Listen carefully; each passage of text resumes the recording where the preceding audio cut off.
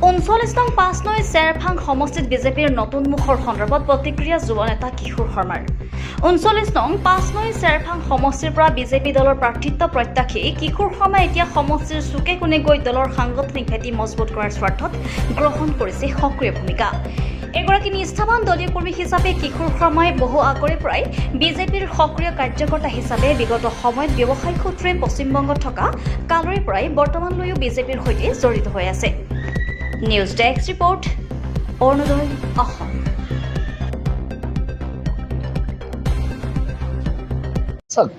আমাৰ দলীয় সাংগঠনিক ভেটি মাজবাট সমষ্টিৰ ভিতৰত যিকেইটা পৰিষদীয় সমষ্টি আছে গোটেইকেইটা পৰিষদীয় সমষ্টিত আমাৰ বিজেপি দলৰ সাংগঠনিক ভেটি অত্যন্ত মজবুত।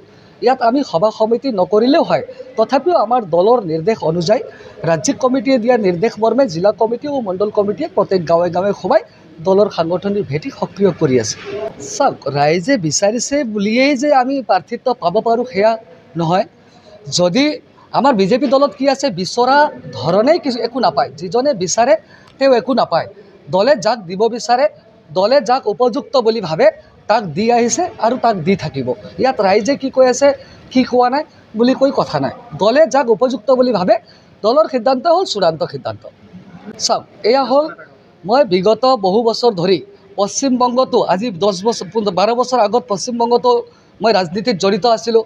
পশ্চিমবংগৰ তেতিয়াৰ ৰাজ্যিক সভাপতি ৰাহুল সিনহাদেৱ, তেতিয়াৰ ৰাজ্যিক সভাপতি দিলীপ ঘোষ, তেতিয়াৰ লকেট চেটাৰ্জী ডাঙৰীয়ানী, আমাৰ ৰূপা গাংগুলী ডাঙৰীয়ানীৰ লগতে ৰাজ্যিক পৰ্যায়ত মই বিজেপিৰ দলীয় কাজ পশ্চিমবংগত কৰিছিলোঁ। সেইবাবে তাৰে পৰা অভিজ্ঞতা যিখিনি আছে সেই অভিজ্ঞতা মৰ্মে মই যেতিয়া নিজৰ ৰাজ্যলৈ ঘূৰি আহিলোঁ তো মই দলৰ সাংগঠনিক দিশ সেই পশ্চিমবংগত বিজেপিয়ে শিকোৱাৰ দৰে কৰি আছোঁ। তো তাত কৰি থাকোঁতে যদি ৰাইজক ভাল লাগে আৰু ৰাইজে যদি মোক বিচাৰিছে, এতিয়া এইটো মোৰ কাৰণে অত্যন্ত ভাল খবৰ।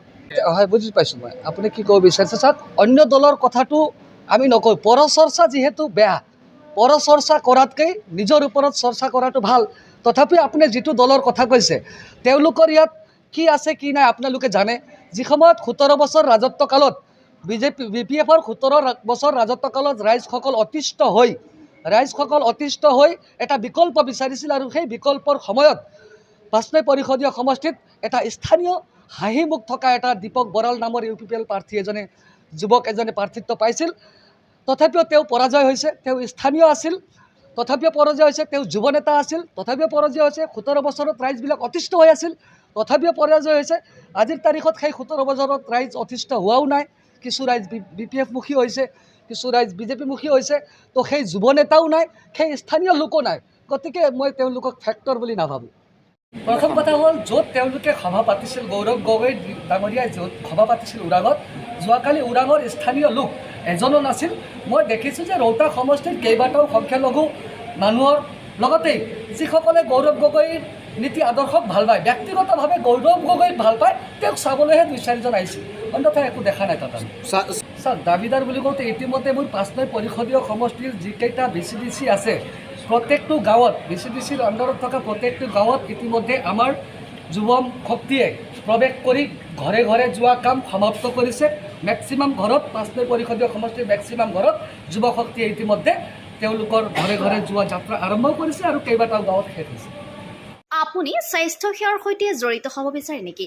লেবৰেটৰী টেকনিচিয়ান বা অন্য পেৰামেডিকেল টেকনিচিয়ান হিচাপে সন্মানজনক বৃত্তিত নিয়োজিত হ'ব বিচাৰে নেকি? তেনেহ'লে আপুনি যোগাযোগ কৰিব পাৰে ইনষ্টিটিউট অফ এলাইড হেল্থ ছায়েন্সৰ সৈতে। ইনষ্টিটিউট অফ এলাইড হেল্থ ছায়েন্সত diploma in medical laboratory technology, bachelor in medical laboratory technology আদি কোৰ্চত এডমিশ্যনৰ সুবিধা লাভ কৰিব।